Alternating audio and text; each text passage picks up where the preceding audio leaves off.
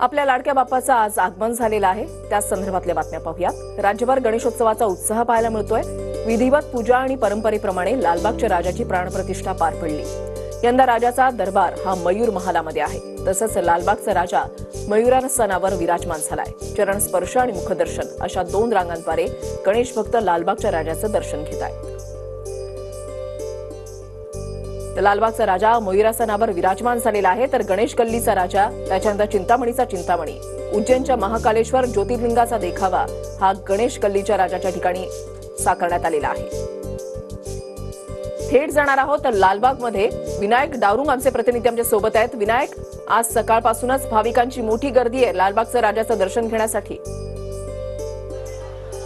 ऋषाली बरोबर आहे। लालबागच्या राजाचं दर्शन घेण्यासाठी मोठ्या संख्येने भाविकांनी सकाळपासूनच गर्दी केली पाहायला मिळते। मुंबईतला प्रसिद्ध असा गणपती लालबागचा राजा याच्या दर्शनासाठी देशभरातून भाविक जे आहेत या ठिकाणी येत असतात। मोठ्या संख्येनं या ठिकाणी मंडळाच्या वतीनं वेगवेगळ्या रांगांचं नियोजन जे आहे ते करण्यात आलेलं आहे। मुखदर्शनाची रांग असेल किंवा चरणस्पर्शाची रांग असेल, या दोन्ही रांगांमध्ये मोठ्या संख्येनं गर्दी जी आहे ते भाविकांची पाहायला मिळते। सुबक अशी लालबागची राजाची मूर्ती आपण पाहू शकतो। यंदा लालबागच्या राजाच्या डोक्यावरती एक सोन्याचा मुकुट जो आहे तो 20 कोटीचा जो आहे तो भाविकांनी दिलेला आहे। रिलायन्स फाउंडेशनच्या वतीनं हा मुकुट जो आहे सोन्याचा लालबागच्या राजाला परिधान करण्यात आलेला आहे।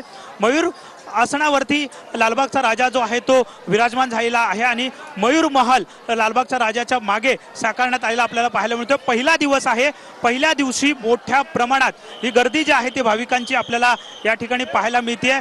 दरवर्षी लालबागच्या राजाच्या दर्शनासाठी मोठी भाविकांची गर्दी असते। आजच्या पहिल्या दिवशी सुद्धा मोठी गर्दी आपल्याला पाहायला मिळते। 12 वाजता उद्धव ठाकरे जे आहेत ते स्वतः सहपरिवार या ठिकाणी येऊन दर्शन जे आहे ते घेणार आहेत। सध्या माहिती मिळते 12 वाजता लालबागच्या राजाची आरती होणार आहे।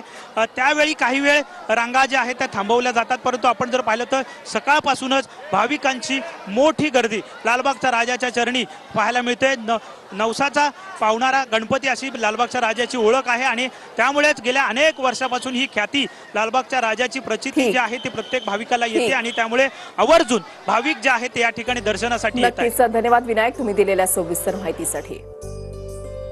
सुवर्णमय हे राजमहल दिसतोय। स्टेजच्या उजव्या बाजूला डाव्या बाजूला भगवान शंकर आणि माता पार्वतीची मूर्ती आहे आणि हे संपूर्ण अशा एका भावनिक वातावरणामध्ये बाप्पाचा प्रतिष्ठापना, बाप्पाचं विराजमान या ठिकाणी झालेलं आहे।